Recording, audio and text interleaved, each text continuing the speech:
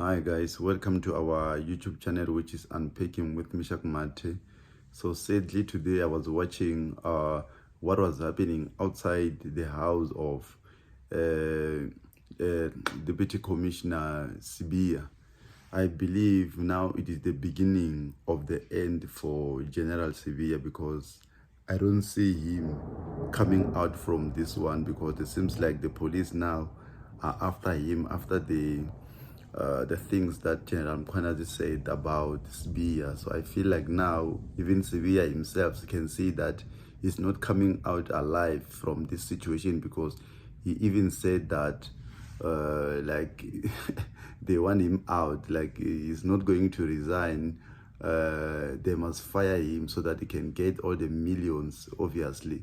So now it seems like it is like he's threatening General Mkhwanazi by saying we'll meet on the other side of the fence. What's that like? What's the meaning of that?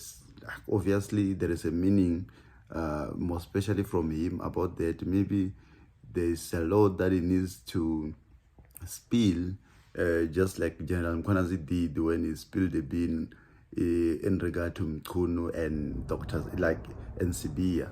So it seems like Sibiya as well, when he is going to appear at the ad hoc committee, obviously is going to say a lot of things that are going to implicate a lot of people, more especially on the SAPS. So yeah, we don't know. We shall see as it unfolds. So yeah, here's the video that I'm talking about, where he's threatening to say that we'll meet on the other side of the fence. Of the suspended Deputy National Police Commissioner. Let's listen in. My lawyer will meet. Okay. All right, wait, guys. I can look at the All right, Unati, as you can see, there are quite a number of police vehicles that are leaving the home of Shadrack Sibiya at this particular stage. Shadrack Sibiya is with us here outside. General Sibiya, thank you very much indeed for joining us. We were under the impression that you were being arrested today, yet you're standing right in front of us. What's the story? Well, me too, I was under the impression that it's going to happen. I'm expecting it anytime. I mean, the General Mkhwanazi said yesterday that it's imminent. There's been imminent since last year, so I'm still waiting. So why were the police here, General? They came to conduct a search and seizure. I was expecting them. And what did they confiscate, General Sibiya?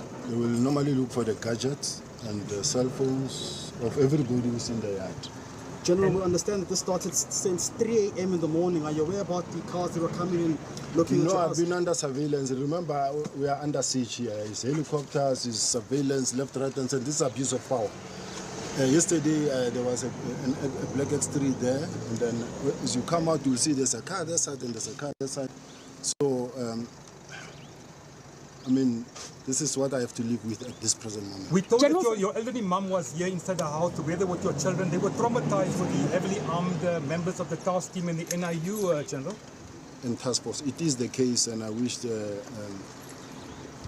my colleagues could be at least thinking for my kids, my family.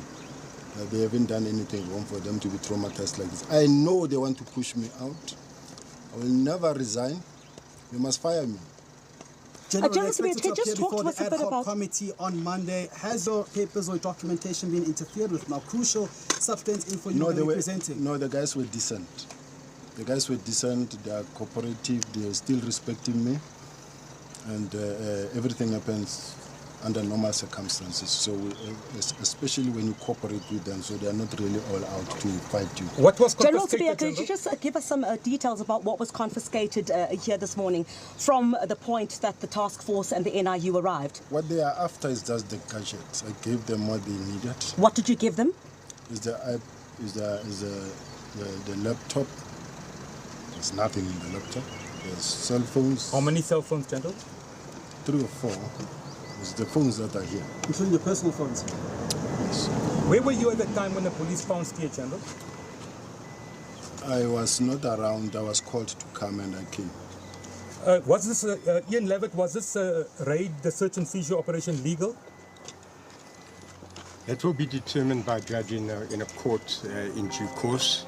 I've got my reservations, but I don't want to preempt anything. But I just want to first of all say thank you to the journalists being here. I can see quite clearly that you're not intimidated by what's to be a call by a very famous person now today for journalists to be counter-surveilled.